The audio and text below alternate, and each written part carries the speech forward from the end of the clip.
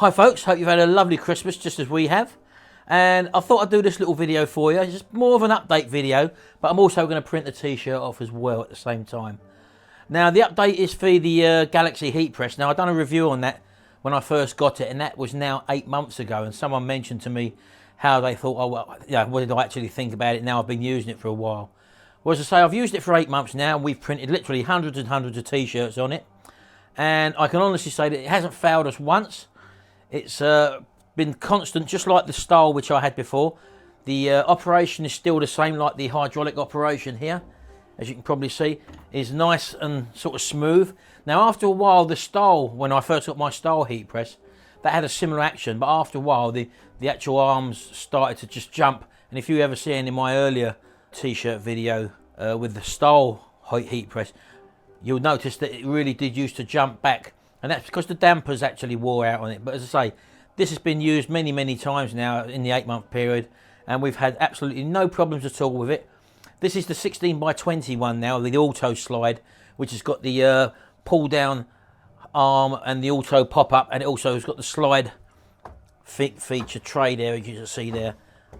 And I suppose the only thing, because I'm used to having a 15x15 press, and the only difference is, I presume it's going to be the same with any larger press basically, is that it obviously takes a lot longer to heat up than a 15x15 press. But if that's not an issue to you, it's not really an issue to us at the end of the day, so we're not really too bothered about that. So that's just something that we put up with. The temperature heats up fine, and as I said, it's performed faultlessly. So this is the Galaxy Auto Slide 16x20, and after using it for 8 months, I can truly say that we've had absolutely no problems at all with it. I was on another t-shirt video which I noticed that someone was doing, and they was having a few problems. And the problem was, they had the Galaxy press as well. So what the problem they were having was that the vinyls, they'd done loads of vinyl t-shirts. They've been doing vinyls on t-shirts without a problem. But for some reason, when they was doing a certain vinyl in one of their tutorials that they was doing, the vinyls wasn't sticking to the actual t-shirt, and the person didn't really know why this was. He couldn't put it down to the press, because as I say, he's got the same press as me. He couldn't put it down to the vinyl because he's been using the same vinyl before that and it was working fine. And also the same t-shirt. So I mean, normally the first port of call when someone has a problem with any either transfer papers or vinyl adhering to the garment, my first port of call is, one, is the press heating up evenly, which we could eliminate that because we knew that it was. Two, are they using the right time and duration and pressure for the type of materials involved? And the person obviously was doing that because they was doing the same sort of thing. And three, have they pre-pressed the garment to get all the moisture out? Because as I've said to you in other t-shirt tutorials, the moisture in a garment, or even the under rubber mat as well, can actually stop you getting good penetration of the glue to fix to the actual garments due to the steam that's generated when there's moisture about. So the person was pretty sure that they'd done all them things. And again, this is the sort of thing where you'd only really know through experience. I've done this before. I've seen it happen before, what I'm going to tell you now. So just something else to be aware of. If you know all the main three things have been followed, and you can't put your finger as to there's a little pun there, you can't put your finger on as to why the garment or transfer paper or vinyl is not sticking to a t-shirt when it has done before. Well, here's the reason, and let me show you. I've got it shows up better on a dark vinyl, for example. Now I've got this dark t-shirt vinyl here. Now, as you probably know, there's two sides. One is the adhesive back, and one is the actual shiny clear transfer sheet that once you've weeded it away, you're left with a clear sheet. Now the side you cut on, as you probably know, is you cut on the glue side, which you can't really tell apart from it's a bit matter looking than the actual shiny side. So this, for example, is the glue side. Now what I'm going to show you here, I don't know whether you're going to be able to see it or not. There we go. Yeah, you might be able to see this. Now can you see my hands? Can you see the oily fingerprints that I'm leaving on the actual glue side? Hey, look there, for example, look. That's just off my fingers. Look, the natural moisture in your fingers. Now, obviously, if you're hot, this will get worse as well. Now, you know when you're weeding something out, for example, when you're pulling you've got your hands all over it and that. Now you won't notice it on a light garment, on a light vinyl, but you can see here on the black one that you've got these oily marks. Well, I know for a fact, because I've actually done it myself, them oily marks can stop your vinyl from actually sticking to your garment. So that's just something to be aware of.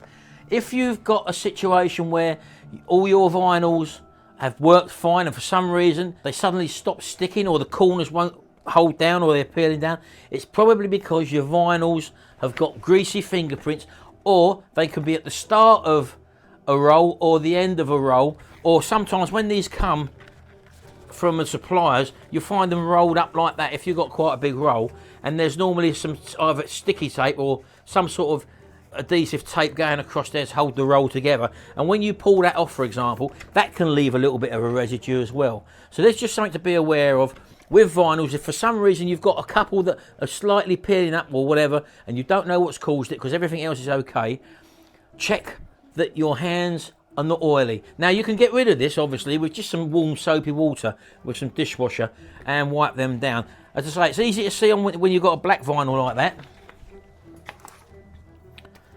but when you've got a white vinyl, very, very tricky to see. So you've got to be very careful and make sure that your hands are not greasy when you're weeding out, because you could have also problems with the vinyls attaching themselves to the garment. Right, okay, so while we're here we might as well press a t-shirt. Now another thing as well, from a lot of beginners I get obviously people saying they want to do some test t-shirts and stuff like that, and they buy a job lot of t-shirts in, for example, and they start testing on the brand new t-shirts, and then they're worried because they've used about 8 or 10 t-shirts and they're thinking, oh god, I've wasted all this stock. Get one of your old t-shirts, or get a handful of your old t-shirts out of your drawer, which you probably don't use no more. They might have holes in, they might have stains on or something like that. Just use them and practice on them. Now I'm going to go and get one now, because I'm going to show you on an old t-shirt, and it doesn't matter on an old t-shirt, you're just practicing. So let me go and get an old t-shirt and I'll be back in a second. Right, well I've just dragged out this old t-shirt here. It's supposed to be black, it's actually gone grey with the amount of times it's been washed. So let's give this a little press first of all.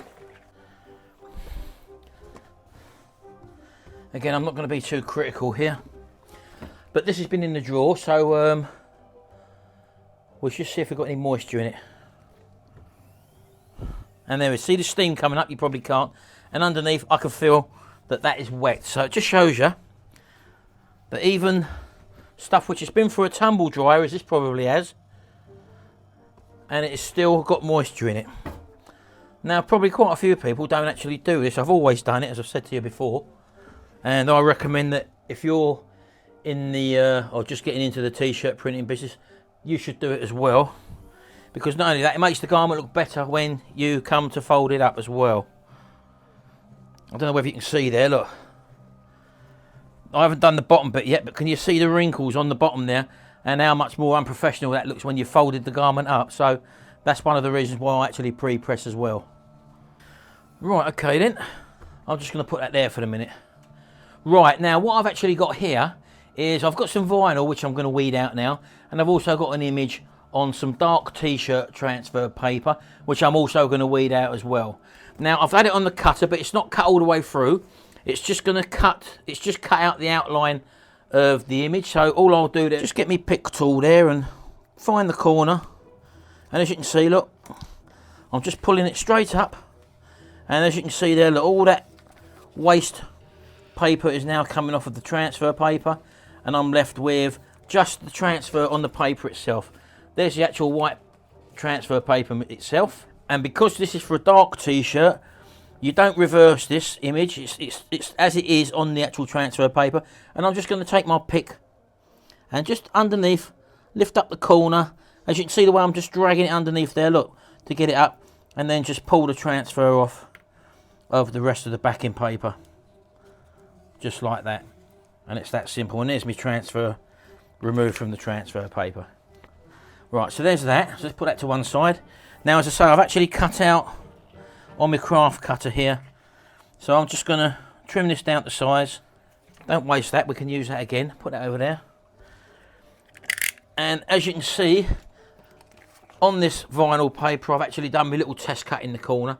When you do a test cut in the Silhouette Cameo Studio software, you're looking for the little triangle to be left in when you pick out the white, the little box around the edge. So that shows you that the cutter's at the right depth. Once you've got that, you can then go ahead and actually cut out your either image or words or graphic or whatever. So I'm just going to weed this out now. Again, very carefully. You will get quicker at this when you do this. I was very slow when I first started it, but rather than try and pull it in the air like that, keep it on a flat surface and then just sort of gently pull it away. And again, one of the things you can find, if you've got old vinyl, it can be a bit of a nuisance to weed out. Also, if you've got cheap vinyl, a lot of people say, oh, where'd you get your vinyls from? What's the cheapest you can buy? Don't go for the cheapest, go for the stuff that you know is good. And you won't have none of the problems that people get when they buy a cheap unbranded vinyl, which they've just got off of eBay because it's cheap and it's the cheapest they've found. A lot of the cheap ones fail with cracking and stuff like that, but if you go out and get the decent stuff, and the decent stuff is buying from a known supplier. There's many known suppliers out there. Again, depending on what country you go or live in, will depend on you finding out locally where your nearest t-shirt suppliers are or stuff like that. And that's something I can't tell you, because I get a lot of people say, oh, what vinyl do you use? Well, if you're in the UK, then I can tell you. But all the information, as I've said to you before, is in my actual training DVD. And I can't put that sort of information in the training DVD because, one, they change, suppliers change, and two, depends on what country you're in as well. So, you know, that's where you've got to do your own sort of research. But don't go for the cheapest. You hear everyone, especially beginners, say, oh, what's the cheapest stuff to buy? What's the cheapest t-shirts to buy and stuff like that, you know? Well, it's not the cheapest. Go to someone who knows and sells that stuff and ask them what they recommend, because they will be getting feedback from their customers, and those are the people you should be listening to. Just buying any random stuff off of eBay because it's cheap is the wrong way to go, and it's a typical beginner's mistake. And then they see that they're having problems, and then they give up and thinking, oh, it's too much like hard work. But it all boils down to is because they're not using their common sense, and they're trying to go for cheapness. But there we go. I've just pulled that out now. There's our word in there, which I've just created. So let's put that and that magnet image onto our t-shirt. Now let me get rid of this waste first. I've said to you before, you can use a little bit of tape to stick up and pull all that up. And another thing as well, get yourself a decent pick tool. This one is not very good. I had a decent one which I've had for 10 years, and it was absolutely perfect at picking stuff up. This one's the ones that come with the silhouette. Now for some reason I don't like it, I can't get on with it. And my son was using it to prise the screen off of his iPhone glass because the glass was shattered, and he pinged the end of it and lost a little tip, and I can't find a replacement yet good enough to match that one. I've had a few of them, but these ones I don't get on well with because I don't find them very good, and that can make the job a really nuisance of a job if you've got one with a poor point on it. So that's just a little bit of an extra tip for you there. So right, let's just get this old t-shirt. Now, as I say, this is an old one, it can be anyone realistically, and don't worry too much if it's got holes in or it's got other images on it. As long as it's an old t-shirt, you're not wasting any money. So I'm just lining this up roughly on my block there, and I'm going to put my title, and I'm going to stick my magnet like that. Now, as you can see, we're dealing with a vinyl and we're dealing with a transfer paper. Now I'm just going to press these. The vinyl ideally should be, if you listen to the manufacturers, they say 15 seconds at 150.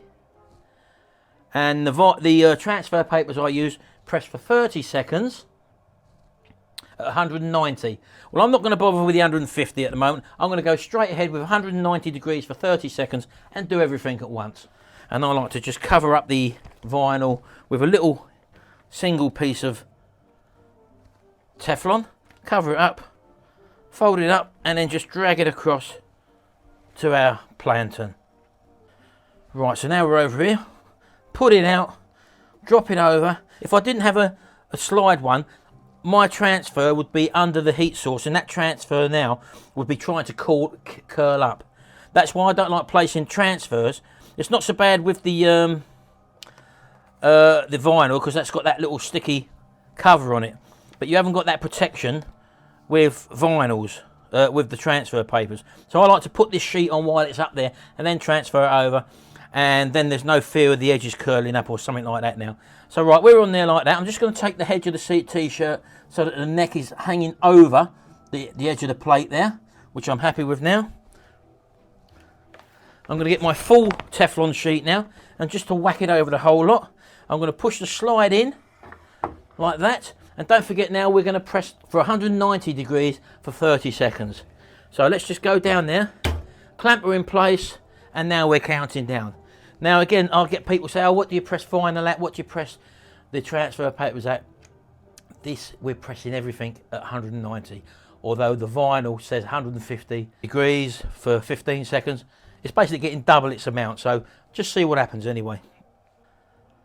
There's the lovely action of the Galaxy heat press. We'll take that top sheet off, like that. We'll bring the t-shirt over to our worktop, and as you can see, the t-shirt graphic is on there, and I'm going to pull off now our sticky residue paper from our vinyl, and just to let you see that there's no problem with that's been on for twice the length it said, and that's only because it's a quality paper, as I've said to you before. If you've got cheaper vinyls, they can start to shrink and stuff like that. And there's our graphic for the old transfer paper for dark t-shirts. We haven't wasted no new stock or whatever for buying our t-shirts, and it's just done on an old t-shirt and basically rejuvenated one of my old t-shirts. So there you go.